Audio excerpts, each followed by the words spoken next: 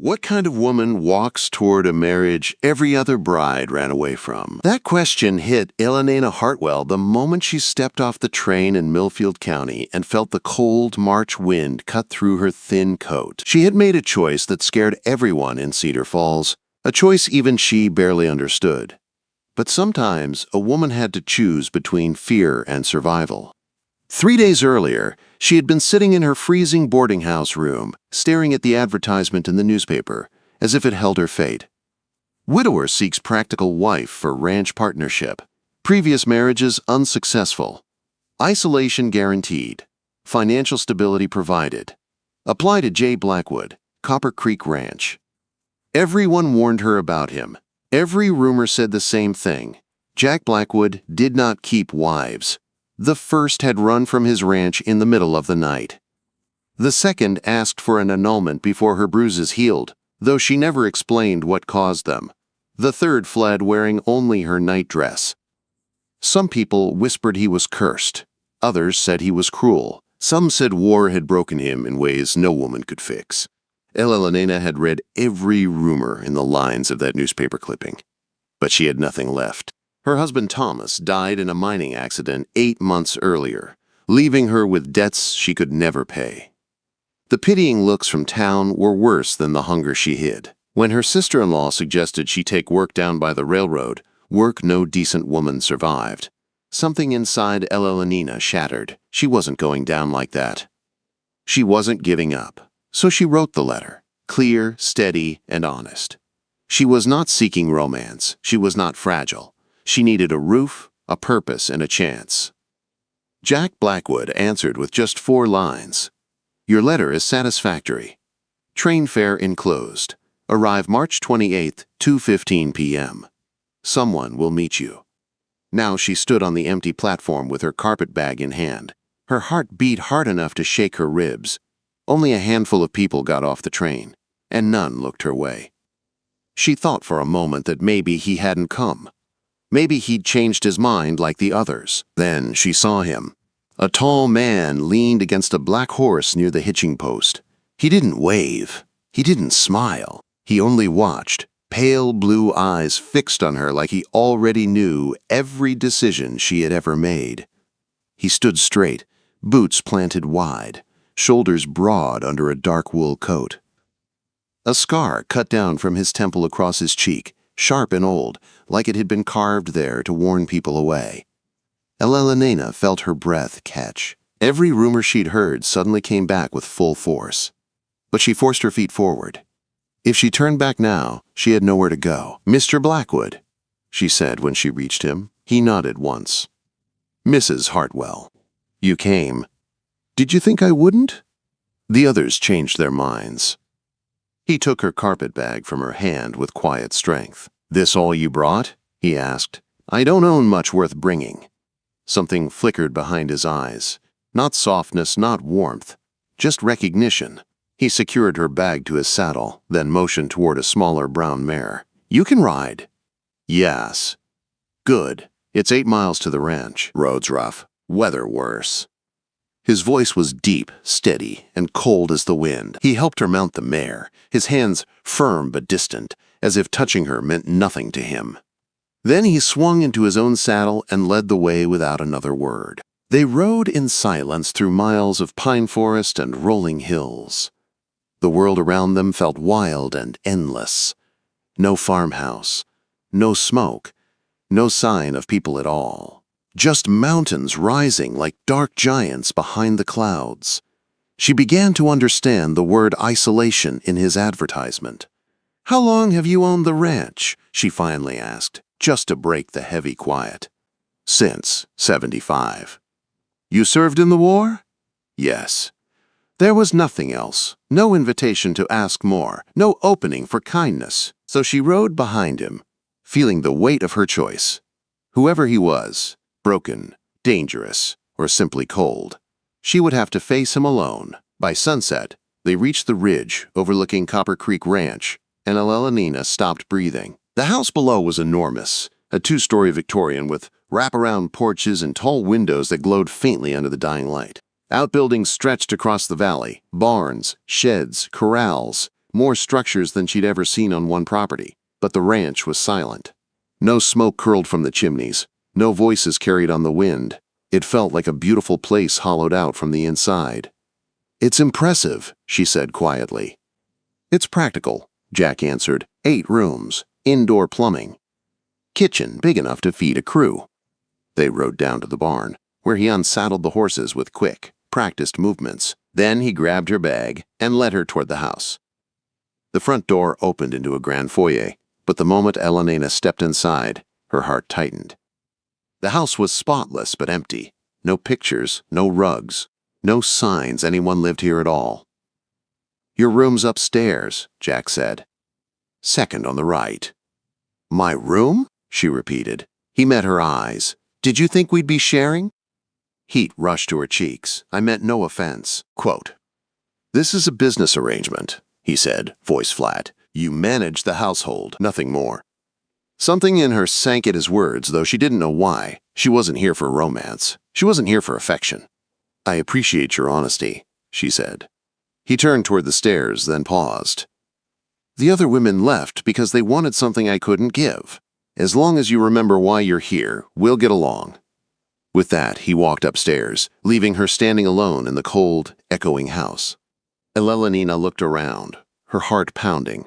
She had stepped into a marriage no one survived, and somewhere deep inside, a question rose, like a whisper she couldn't shake. What had the other brides seen in this house that made them run? The next morning began with silence so thick it felt like part of the walls. Elena woke before dawn, dressed quickly, and walked downstairs, expecting to find Jack somewhere in the house. Instead, she found only a half-empty cup of coffee on the kitchen table and the faint warmth of a stove he had already used. He was gone. No note, no instructions, no welcome. Just the cold truth that she had married a man who lived like a ghost inside his own home. Elena rolled up her sleeves and started working. It was the only thing she knew how to do. She cleaned the pantry, checked supplies, washed the dishes Jack left behind, and explored the rest of the house. Each room was perfectly clean, but strangely empty. No photos, no decorations, no sign of any former wives at all. Almost as if Jack erased every woman who ever lived here. Her stomach twisted. She tried to shake the thought, but it stayed with her like a shadow. By mid-morning, she made breakfast for herself, ate quietly, and then began organizing the study. That was when she opened the desk drawer and froze. Inside was a bundle of letters tied with a blue ribbon. Her breath caught. The names on the envelopes told the story clearly. Rebecca Morrison, Martha Powell, Susan Crawford. The 3 wives before her. Elena stared at the letters, her hand trembling. A part of her wanted to read them, to finally understand what had gone so wrong here. Another part knew that if she opened even one, Jack would never forgive her. Trust was thin between them. It would snap easily. After a long moment, she placed the letters back in the drawer exactly as she found them. She would get answers from Jack himself, one day, when he was ready to speak. The sound of hooves cut through the silence. Elena rushed to the window just in time to see Jack riding fast toward the barn with 3 other ranch hands. Something was wrong. She could see it in the tight way he held the reins.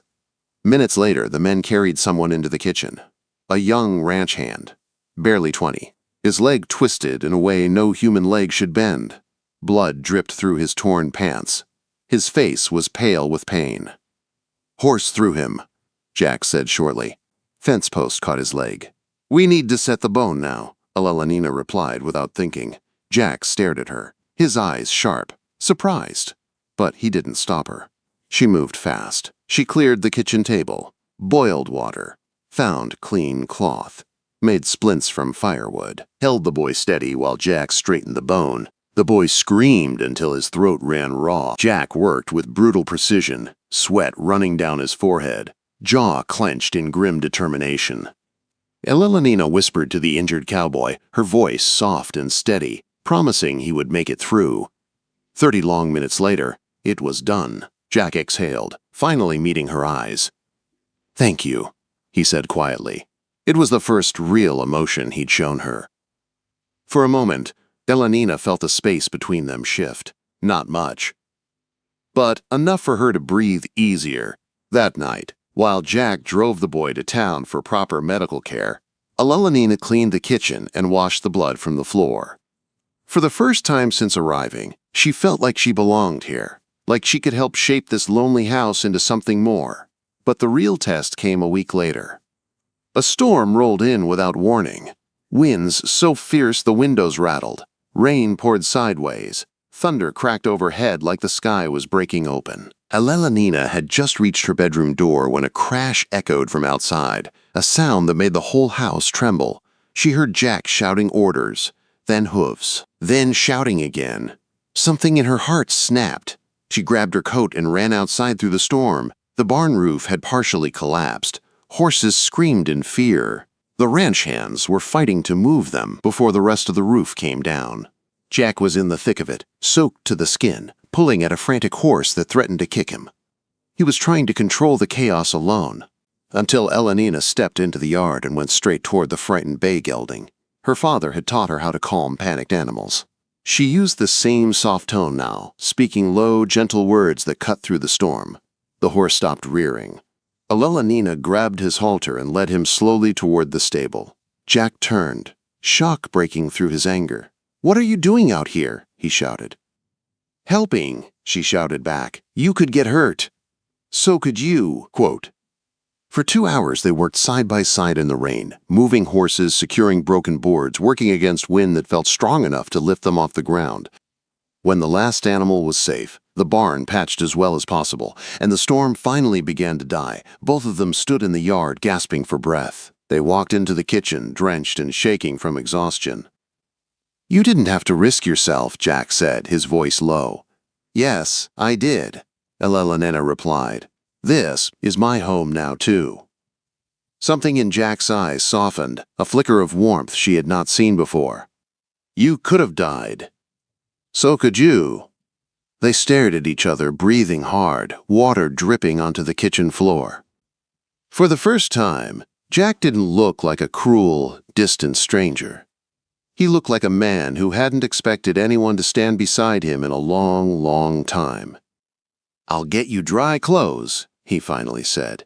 He disappeared upstairs and returned with clean pants and a flannel shirt. Elena changed in the pantry and came back to find a fire burning, coffee brewing, and Jack watching her with an expression she couldn't name.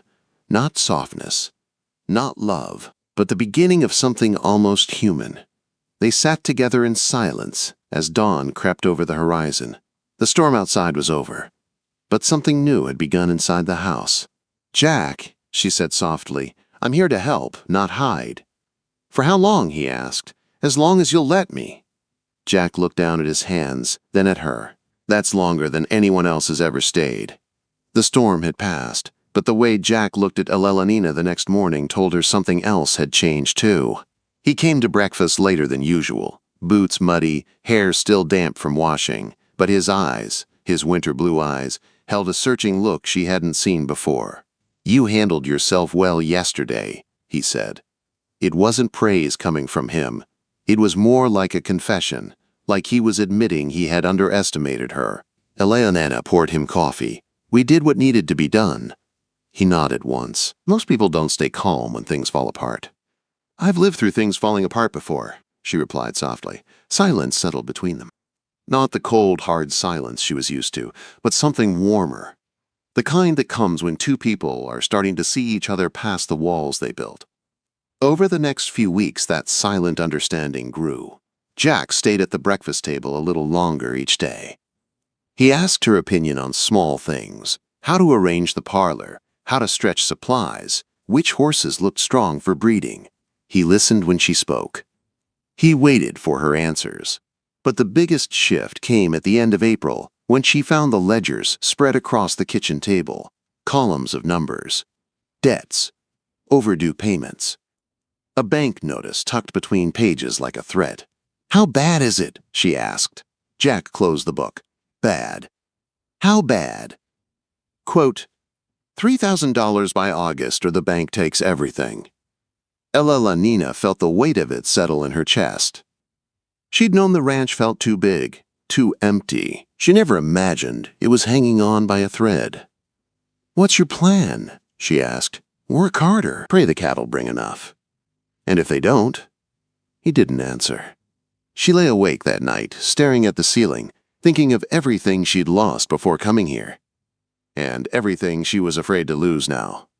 The ranch wasn't just Jack's home anymore, it was hers. The first place since Thomas died that felt like she could build a life again. By morning, she had a plan. When Jack came in from the field, she met him at the door. "I'm going with you to Denver." He froze. "What?"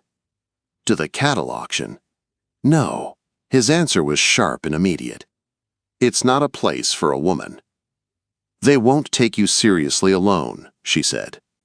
"But with a wife beside you, one who can talk business, they will listen." "You don't know anything about cattle auctions." "But I know people," she said. "I know how buyers think. I know how to negotiate. Let me help."